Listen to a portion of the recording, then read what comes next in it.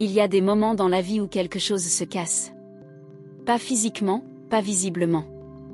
Mais à l'intérieur, dans cet endroit qu'on ne sait pas toujours nommer, quelque chose lâche. Une relation qui se termine. Un travail qu'on perd. Un deuil qu'on n'a pas vu venir. Un rêve qu'on abandonne sans avoir vraiment choisi de le faire. Et après cet événement, après ce choc, la vie continue autour de vous, mais vous n'y arrivez plus tout à fait. Vous vous levez, vous faites les gestes, vous répondez aux messages, vous souriez parfois. Mais en dedans, c'est comme si quelqu'un avait éteint une lumière. Et vous ne savez plus très bien comment la rallumer. Si vous vous reconnaissez dans ce que je viens de décrire, alors cette vidéo est faite pour vous. Parce qu'aujourd'hui, on va parler de la dépression réactionnelle. Pas de façon clinique et froide. Pas avec des listes de symptômes à cocher. Mais de façon humaine, honnête, et j'espère, utile. On va essayer de comprendre ensemble ce que c'est, pourquoi ça arrive, ce que ça fait vraiment de vivre avec, et surtout, comment on peut commencer à avancer, tout doucement, sans se brusquer. Avant qu'on plonge dans le sujet, si ce que vous entendez vous touche, si vous sentez que cette vidéo mérite d'être vue par d'autres personnes qui en ont peut-être besoin en ce moment, prenez 2 secondes pour laisser un like et abonnez-vous à la chaîne. C'est un tout petit geste, mais ça m'aide vraiment à continuer à créer du contenu comme celui-ci, et ça permet à d'autres personnes de le trouver. Merci à vous. Premièrement, il faut comprendre ce que la dépression réactionnelle est vraiment, et surtout ce qu'elle n'est pas. Parce qu'il y a beaucoup de confusion autour de ce terme, et cette confusion peut faire du mal. La dépression réactionnelle, c'est une dépression qui survient en réponse à un événement précis, identifiable, souvent douloureux. C'est ce qui la distingue d'autres formes de dépression qui peuvent apparaître sans cause apparente, comme tomber du ciel. Ici, il y a un déclencheur. Il y a quelque chose qui s'est passé. Et c'est justement ça qui rend cette forme de dépression particulièrement complexe à vivre, parce que les gens autour de vous, et vous-même parfois, ont tendance à la minimiser. Mais enfin, c'est normal que tu sois triste, tu viens de traverser quelque chose de difficile. Oui. Sauf que la dépression réactionnelle, c'est plus que de la tristesse normale. C'est une tristesse qui dure, qui s'installe, qui s'infiltre dans chaque coin de votre quotidien. C'est une fatigue qui ne part pas avec une bonne nuit de sommeil. C'est un sentiment de vide qui ne se comble pas avec un bon repas, une sortie entre amis, un film qu'on aimait d'habitude. C'est une rupture dans le rapport au plaisir, au désir, à l'avenir. Et il est crucial de faire cette distinction, non pas pour se coller une étiquette, mais pour arrêter de se battre contre soi-même en se disant qu'on devrait aller mieux, qu'on exagère, qu'on est trop sensible. Non.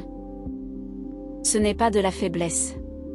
C'est une réponse de votre psychisme à quelque chose qui l'a profondément ébranlé. Et ça mérite d'être pris au sérieux. Deuxièmement, parlons des événements qui peuvent déclencher une dépression réactionnelle, parce que c'est important d'en parler sans hiérarchiser les douleurs. Il n'y a pas de souffrance qui mérite plus qu'une autre d'être reconnue. La dépression réactionnelle peut survenir après une séparation amoureuse, bien sûr. C'est peut-être l'exemple le plus immédiatement évocateur. Vous avez perdu quelqu'un qui faisait partie de votre vie, de votre routine, de votre identité même. Et avec cette personne, vous avez perdu une certaine vision de vous-même et de votre avenir. Mais elle peut aussi survenir après la perte d'un emploi. Pensez à cet homme ou cette femme qui avait mis toute son énergie dans son travail pendant des années, qui s'y était construit une identité, un sentiment d'utilité, et qui du jour au lendemain se retrouve sans ce repère fondamental. Ou encore après un déménagement, surtout s'il a été subi plutôt que choisi. Imaginez quitter une ville où vous aviez vos amis, vos habitudes, vos petits cafés du matin, pour vous retrouver dans un endroit inconnu où tout est à reconstruire. Ça peut sembler anodin de l'extérieur. Ça peut être dévastateur de l'intérieur. La dépression réactionnelle peut aussi suivre un deuil, évidemment, la perte d'un parent, d'un ami, d'un animal de compagnie parfois, et je dis bien parfois parce que les animaux comptent dans nos vies bien plus qu'on ne veut l'admettre en société. Elle peut survenir après une trahison, une déception profonde, un diagnostic médical difficile, un accident, une fausse couche, un échec scolaire ou professionnel qui remet en question toute une trajectoire de vie. La liste est longue, et ce que tous ces événements ont en commun, c'est qu'ils brisent quelque chose. une attente, une continuité, un sentiment de sécurité.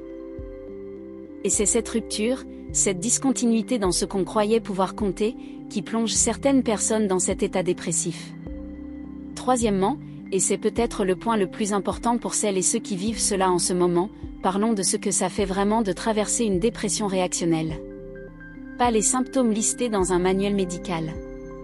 Ce que ça fait, vraiment, dans la chair et dans les jours. Il y a cette fatigue d'abord. Une fatigue qui n'a rien à voir avec le fait d'avoir mal dormi. C'est une fatigue existentielle, presque. Se lever le matin devient une épreuve.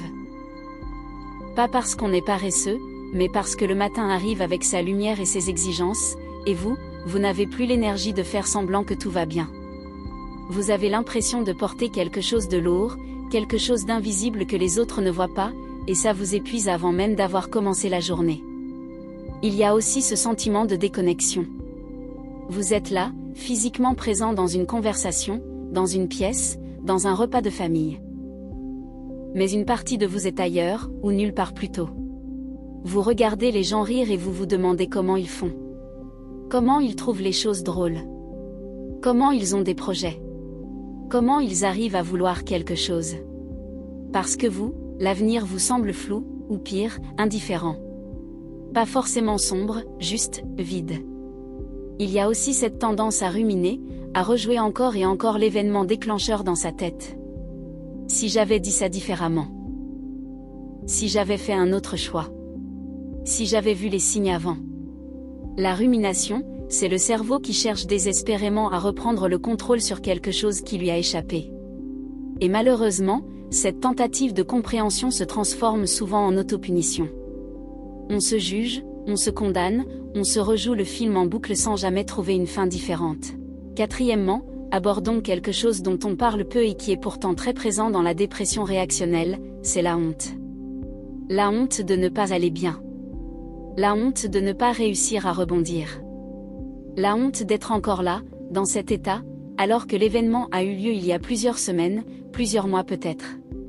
Notre société a une relation compliquée avec la souffrance psychologique. Elle valorise la résilience, la performance, le fait de s'en sortir, de rebondir, de tourner la page. Et face à ces injonctions, souvent non dites mais omniprésentes, la personne qui vit une dépression réactionnelle peut se retrouver dans une double peine. Elle souffre, et en plus, elle se juge pour souffrir. Elle se dit qu'elle devrait être plus forte. Que d'autres ont vécu des choses bien pires et s'en sont sortis. Que c'est ridicule d'être encore là à pleurer pour ça. Ce discours intérieur est cruel. Et il est faux. La souffrance ne se compare pas. Elle ne se mérite pas. Et surtout, elle ne répond pas à un calendrier. On ne guérit pas d'une blessure psychologique parce qu'on a décidé que c'était l'heure. Le cerveau, le cœur, le psychisme, ils ont leur propre rythme. Et les forcer, les ignorer, les traiter par le mépris ne fait que prolonger et compliquer le chemin. Alors si vous vous retrouvez dans cette honte, j'aimerais vous dire quelque chose de simple, et j'aimerais que vous l'entendiez vraiment. Ce que vous traversez est réel. Ce que vous ressentez est légitime. Et le fait que ça dure ne dit rien de mauvais sur vous. Ça dit juste que vous êtes humain, et que quelque chose vous a touché profondément. Cinquièmement, parlons de ce qui peut t'aider. Et je voudrais être très clair là-dessus, il n'y a pas de recette magique. Il n'y a pas de liste de choses à faire pour aller mieux en 10 jours. Si quelqu'un vous promet ça, méfiez-vous. Ce qu'il y a, en revanche, c'est un ensemble de ressources, d'approches, de gestes qui, mis bout à bout, peuvent créer les conditions d'un retour progressif vers quelque chose de vivable. La première de ces ressources, c'est le fait de mettre des mots sur ce qu'on vit. Pas pour analyser, pas pour tout comprendre d'un coup. Juste pour ne pas rester seul avec quelque chose d'aussi lourd. Ça peut passer par un professionnel, un psychologue ou un psychothérapeute, qui aura les outils pour vous accompagner dans ce chemin. Je sais que consulter un psy, ça reste encore tabou dans certains milieux, dans certaines familles. On a grandi avec l'idée que ça, c'est pour les fous, ou pour ceux qui sont vraiment mal. Mais c'est faux. Aller voir un psy quand on ne va pas bien, c'est exactement comme aller chez le médecin quand on a de la fièvre. C'est prendre soin de soi. C'est faire le choix de ne pas laisser quelque chose de douloureux s'installer et s'enquister. Et si vous avez peur de ne pas trouver le bon thérapeute du premier coup, sachez que c'est normal. La relation thérapeutique, ça se construit. Parfois ça prend 1 ou 2 essais avant de trouver quelqu'un avec qui on se sent vraiment à l'aise. Et c'est ok. Ne vous découragez pas à la première tentative. En dehors du travail thérapeutique, mettre des mots peut aussi passer par l'écriture. Un journal, pas forcément beau ni littéraire. Juste un endroit où vous posez ce que vous ressentez, sans vous juger, sans vous censurer. Beaucoup de personnes trouvent dans cette pratique une façon de ne pas être submergées par leurs pensées. C'est comme vider un peu le trop-plein. Parlons du corps. Parce que la dépression réactionnelle n'est pas qu'une affaire de tête. Elle s'incarne. Elle se loge dans les épaules qui se crispent. Dans le ventre qui se serre. Dans le dos qui fait mal sans raison apparente. Dans ces nuits où on ne dort pas, ou au contraire dans ces journées où on ne voudrait que dormir pour ne plus rien ressentir. Le corps et le psychisme sont profondément liés, et prendre soin de l'un, c'est indirectement prendre soin de l'autre. Ça ne veut pas dire se lancer dans un programme sportif intensif du jour au lendemain. Ça peut vouloir dire marcher. Juste marcher. Sortir, mettre un pied devant l'autre, sentir l'air sur son visage, voir le ciel. Ce geste tout simple, que des milliers de personnes ont décrit comme une bouée dans leurs moments les plus difficiles. Pas parce que ça règle quoi que ce soit, mais parce que ça rappelle au corps qu'il est vivant, qu'il peut se mouvoir, que le monde existe encore au-delà des 4 murs dans lesquels on s'est replié. Manger aussi. Pas nécessairement bien, pas nécessairement sainement dans le sens où les magazines l'entendent. Mais manger, régulièrement, même quelque chose de simple.